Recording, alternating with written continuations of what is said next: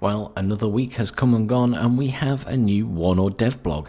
I wasn't even expecting one today, it's a day late, they usually do a Thursday, and it's New Year's Eve. So it's a little bit of a treat. I love this piece of artwork that they have at the start. This Merry Christmas artwork from Ugen Systems. So I'm going to leave that up there for a minute. Anyhow, this is about their engine, or the updates they have made to their engine. The Iris engine they have been using since Ruse, and they've continually made updates to it, and the updates they've made this time round are some of the best updates they've ever made to it looking at these shots. They're going to make such a huge difference to how realistic the game looks when you get in there. So I don't know why they titled it a new 3D engine, because it's technically not a new 3D engine, it's the same engine with updates.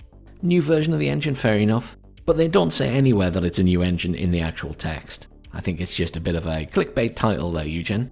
First we have this really nice screenshot of some explosions, plenty of dust being kicked up, and I think even just looking at this you can see the improvements that have been made to the lighting if nothing else in the shadows. And then they go on to talk about the engine enhancements, and I'll leave these GIFs running in the background. So they have updated the engine with full physically based rendering support to match current industry standards. Now there'll be people who watch this who know what physically based rendering is and will know more about it than me. But for those who don't, and to keep it simple, because I like it simple too, basically this is a way to make things look photorealistic. The old way of doing things was that you had reflective surfaces and non-reflective surfaces, but in the real world everything reflects light in some way, shape or form. So even dull surfaces technically reflect some light, and physically based rendering accepts that and everything will reflect light, and that allows you to give surfaces different textures, and then the lighting scheme and how it looks just becomes more photorealistic.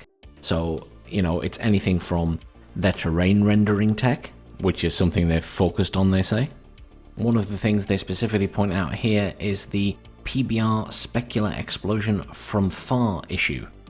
And I don't actually know exactly what that is. I've asked a friend who's in the industry, and they wondered if it's something to do with seeing explosions when you're far away, and the fact that they can appear to you and how they will look when they appear to you when you're far away on the other side of the map.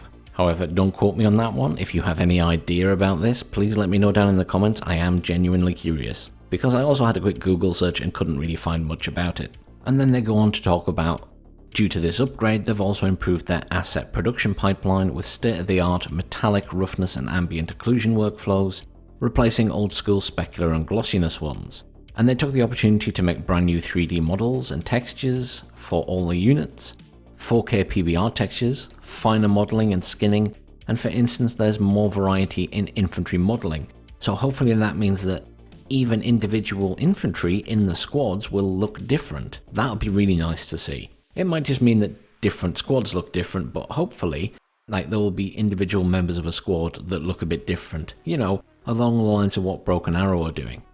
And also there's new tone mapping algorithms which now use photorealistic settings for more realism, and that's what we're seeing here with these lighting effects, and these GIFs really show off how effective that is. Look at the movement of the light, look at it reflecting on the chopper's windows, look at the shadows moving around the tanks there and the trees. I just think that looks fantastic.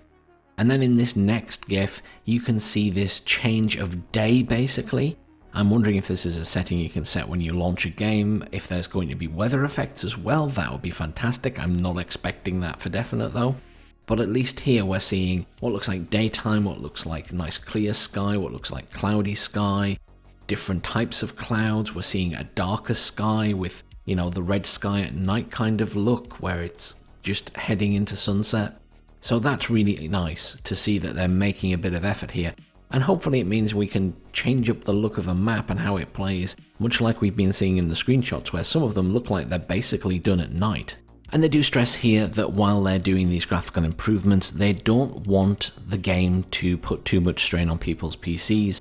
WARNO is aiming to not require a higher configuration than Steel Division 2, which is great news, but I've got to be honest, I don't think their engine has ever really been nasty in terms of how much power it required from machines. I don't think I've ever had any problem running their games on my various machines over the years. Next, they talk about improvements to damage and destruction systems for the military units. To better represent damage, units now lose pieces of armor, and I just think this GIF looks fantastic. I love seeing all those little bits of armor fly off the tank. Now, questions remain. What happens to those little bits that fly off? Do they stay in the world? Do they vanish immediately? Are they interactable physical objects that other tanks can run over and move? I sincerely doubt it. I suspect they vanish immediately, but you know, it's nice that they've added this kind of modelling to the game anyway. And then they've gone on to talk about explosions, so for example this GIF showing the tank exploding, the turret projecting up after the ammo rack has exploded in this particular one. It's just one of these things that's adding a bit more realism to the game and giving you something pretty to look at when you're blowing up enemy units. And then on the other side you can also lose helicopter blades, you can lose turbines, you can even lose aeroplane wings. And the unit textures display their damage with much more realism to better reflect the state of decay. And that's a beautiful screenshot we're getting here of bits of a plane flying off. And then the other nice bit that they're sort of leaving us with here is regarding carcasses, smoke and impact craters. They've all been reworked, giving the impression of a real battlefield, which is realistic and persistent. So you know, there are proper wrecks here. I know we get those little wrecks in Wargame, but they don't look great. Whereas here in this screenshot, look at how fantastic they look. If they stay permanently on the battlefield, again, will they be interactable objects? Will tanks have to drive around them, or can they drive through them, so to speak?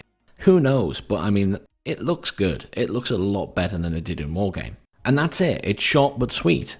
That's the end for 2021. And now we're running into 2022, and they wish us all the best. We are literally only 21 days away from the release of WARNO into early access on the 20th of January. I hope to see all of you there. Please stay tuned to the channel for the various dev blogs that will be coming before then, and any other news we get about WARNO. Thanks again for watching, everyone. Please do like, share and subscribe, and have a fantastic new year.